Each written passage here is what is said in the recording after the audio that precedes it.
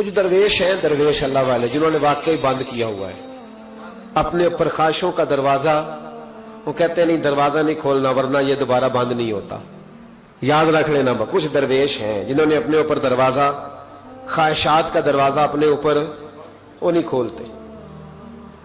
ایک سلطان یحییٰ نام کا بادشاہ گزرا ہے. عرب کے کچھ حصوں کا حکمران تھا تو اس کو بڑا شوق تھا لوگوں کو بانٹنے کا.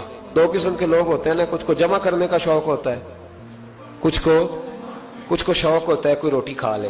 حضرت ابراہیم علیہ السلام بغیر مہمان کے کھانا، کچھ ایسے بھی ہوتے ہیں جن کے گھر بندہ چلا جائے تو پتیلی پہ ڈھکنا دے لیتے ہیں. اپنا اپنا فرق ہے نا جی، ہر آدمی کا اپنا اپنا ذوق ہے. منت کرتے ہیں کسی کی. مجھے بڑی بات پسند ہے شیخ سعدی کی، قرضے لے لے کے مہمان نوازی کرتے تھے. ایک دن سارے مقروض اکٹھے ہو گئے، کہنے لگے بابے پیسے دے. بابا جی کہتے ہیں وہ پیسے مانگ رہے ہیں، مجھے ٹینشن ہے کہ انہوں نے کھوایا کچھ نہیں، مجھے پریشانی لگی. ایک بچہ کوئی چیز بیچ رہا تھا، وہ کھیل مرونڈا نہیں بیچتے بچے، وہ بیچ رہا تھا تو آ گیا تو کہنے لگا لینی ہے، تو بابا جی کہنے لگے میرے مہمانوں کو کھلا دے ساری. بچہ بھی راضی ہو گیا کہ سارا اکٹھا ہی گاہک مل گیا ہے، تو سارا جب کھلا دیا کہنے لگا پیسے. تو شیخ سعدی فرمانے لگے تو بھی بیٹھ جا، یہ سارے پیسے لینے آئے ہوئے ہیں، بیٹھ جا، ان کے پیسے انہیں ملیں گے تو تجھے بھی. تو بچہ رو پڑا، رویا، کہنے لگا میں تو یتیم ہوں، 4 بہنیں چھوڑ کے آیا، اماں کی دوائی بھی لے کے جانی، مجھے تو پیسے چاہیے. بچہ رویا تو شیخ سعدی کا ایک مرید آیا، اس نے لا کے نظر پیش کی، کہا حضور یہ نذرانہ ہے. 400 دینار لایا تو حضرت سعدی نے سب کو دیے، بچے کو بھی دیے.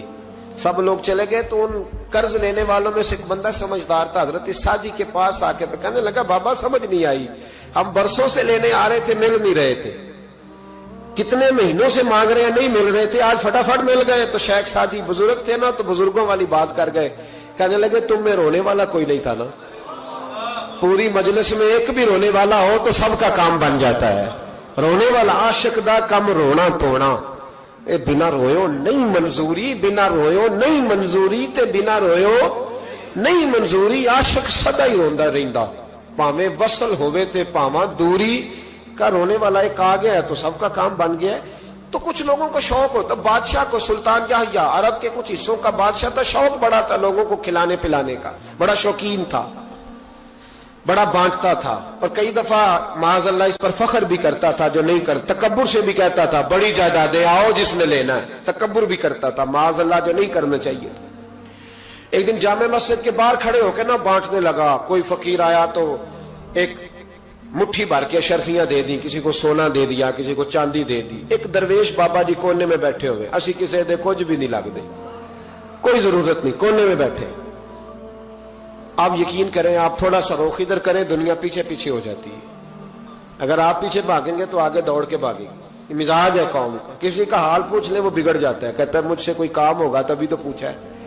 اور آپ چپ کر جائیں، خاموش ہو جائیں، یہ بھی بڑی مصیبت ہے. کہ پیار کر لیں تو اس کا بھی نقصان دیکھنے میں آتا ہے، کہتے ہیں پتہ نہیں میرے اندر کیا لالچ ہے، کیا خوبی ہے جس وجہ سے مجھ سے اتنی محبت ہو رہی ہے. وہ بابا جی کونے میں توجہ ہی نہیں کی. جب توجہ نہ کی تو سلطان کی توجہ خود بخود ہو گئی. سلطان یحییٰ کہنے لگے بابا کوئی قابل توجہ آدمی ہے، سب لوگ لائنوں میں لگے ہوئے بھاگ رہے ہیں، بادشاہ آیا ہے. یہاں تو شادی پہ کھانا کھل جائے تو بڑے بڑے امیروں کا پتہ چل جاتا ہے کہ بننے کیا لگا ہے. کہتے پتہ نہیں دوبارہ چھوٹے گوشت کی ٹرے آئے گی کہ نہیں آئے گی. اور اتنا سارا رکھ لیتے ہیں کہ الامان والحفیظ، بڑے بڑے امیروں کے پول کھل جاتے ہیں، پتہ چلتا ہے کتنے تگڑے امیر ہیں. تو جب اس نے کہا شرفیاں، سونے، ہیرے، جواہرات، تو جو نہیں تھے فقیر وہ بھی لائنوں میں لگ گئے. لیکن وہ فقیر پھٹے پرانے کپڑے، سانو تخت ہزارے دی لوڑ کیے، نالے کی لگے شہر بمبول دے نال، اسی اپنی بال کے سیکھنے، سانو کی لگے کسی اور دے نال. اور اقبال نے اس کی تشریح کی. اقبال کہنے لگے ہوا گو تند و تیز ہے لیکن چراغ اپنا جلا رہا ہے. ہوا گو تند و تیز ہے، تیز ہوا میں چراغ نہیں جلتے. ہوا گو تند و تیز ہے لیکن چراغ اپنا جلا رہا ہے. وہ مرد درویش حق نے جس کو عطا کیے ہیں انداز خوش روانہ، فرماتے ہیں جسے اللہ نے بے نیازی دے دی، لالچ سے دور کر لیا، وہ کسی کی پرواہ، وہ اپنا چراغ جلاتا ہے. اپنی مٹی پہ چلنے کا سلیقہ سیکھو. سنگ مرمر پہ چلو گے تو پھسل جاؤ گے، वो बाबा बैठा है। तो बादशाह कहने लगा इसे भी बुलाओ। बाबे को बुलाया, कहने लगा तुझे कुछ नहीं चाहिए? बाबा कहने लगा चाहिए तो बड़ा कुछ, पर तुझसे नहीं चाहिए। कहा किससे चाहिए? फरमाया उससे चाहिए जो दे के हिसाब नहीं पूछता, बगैर हिसाब देता है, उससे चाहिए। कहने लगा नहीं, दरवाजा खुला, तू भी ले ले। बाबा कहने लगा मैं ले तो लूं, पर तू दे कुछ नहीं ना सकता। बादशाह को गुस्सा आया, अकड़ थी, तकब्बुर था। कहने लगा तू क्यों नहीं मैं दे सकता, तू सवाल कर। तो बाबे ने साथ वाले फकीर से लकड़ी का काला प्याला पकड़ा। होते ना फकीरों के पास मान लकड़ी का काला प्याला, तो कहा लो दे दो कुछ। उसने फौरी तौर पर सोने की अशरफियां मुट्ठी भरी, लकड़ी के प्याले में डाली। अब जब प्याले में डाली तो कड़ कड़ की आवाज तो आई, पर पता नहीं वो किधर गई सारी अशरफियां। दूसरी मुट्ठी डाली तो फिर कड़ कड़ की आवाज आई, पर अशरफियां किधर गई कोई पता नहीं चला। तीसरी, चौथी, पांचवी, बाबे का प्याला खाली का खाली। 2 दफा भी, 4 दफा भी। ये बादशाह लोग जिद्दी होते हैं, मानते नहीं जल्दी, क्योंकि इन्हें किसी ने बता दिया होता है ना सारा कुछ तुम ही हो, अड़ जाते हैं। हाँ हाँ, जो जिस मनसब पे भी बादशाह होता है अड़ जाता है। उसने कहा मैं भी जिद्दी हूं, प्याला भर के छोड़ना है।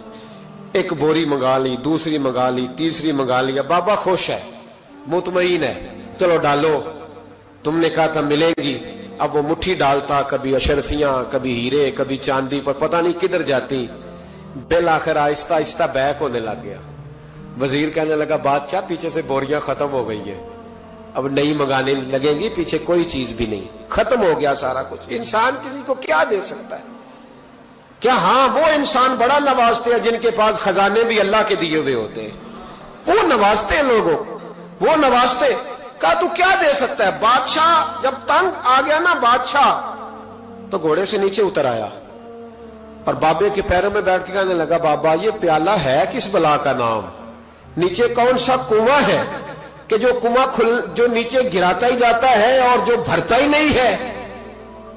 तो अब बादशाह का हाथ रुका तो बाबे ने प्याला छोड़ दिया और बड़ा कीमती लफ्ज कहा। बाबा कहने लगा बादशाह ये इंसानी ख्वाहिशात का प्याला है, ये इंसान की ख्वाहिशों का प्याला है, ये लालच का प्याला है, ये कभी भर सकता।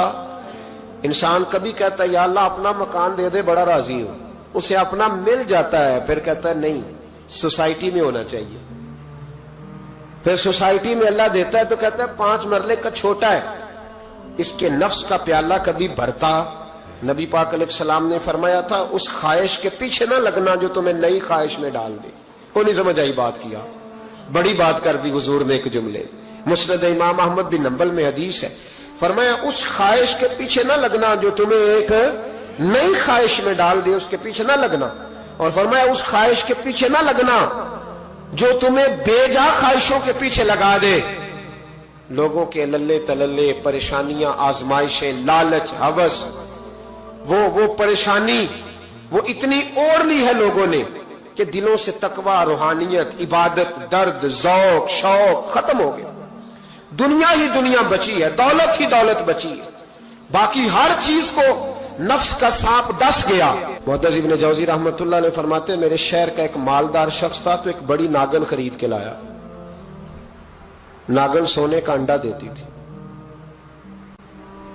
थी नागन, पर अंडा सोने का अंडा देती थी। उसके बाल बच्चों ने भी, एक ही बेटा था, बीवी थी, उन्होंने कहा अब्बा ये नागन है, इसका काम दसना है, तो तू ख्याल कर। क्या कहा था हज़रत सुल्तान बाहू ने? खारे खूह कदी मिठे नहीं थींदे, भावे सै मना गुड़ पाइए, ते सप्पां दे पुत कदी मिठ नहीं थींदे, भावे चूलियां दुध पियाइए, इसकी फितरत में डसना है।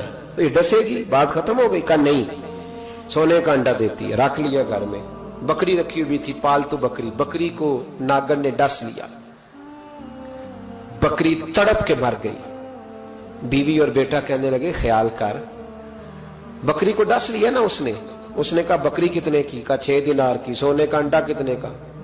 का 50,000 दिनार का। तो कहने लगा छोड़ो, अंडा तो मिल रहा है ना, अगरचे नागन है, अंडा तो आ रहा है।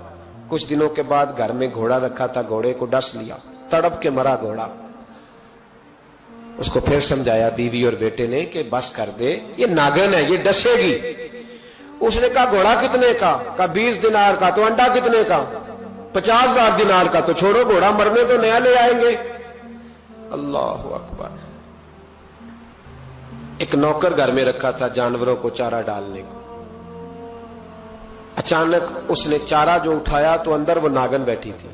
उसने हाथ पे डसा, गरीब ने चीखें मारी, चीखें, पर गरीबों की चीखें लोगों को सुनाई नहीं ना देती। गरीबों की चीखें लोग दरवाजे बंद कर लेते हैं। लोगों ने इसलिए काले शीशे लगाए हैं कारों को कि गरीबों की चीखें ना दिखाई दे ना सुनाई दे। नागन ने डसा, चीखने लगा नौकर, लेकिन गरीब का खून भी सस्ता होता है ना।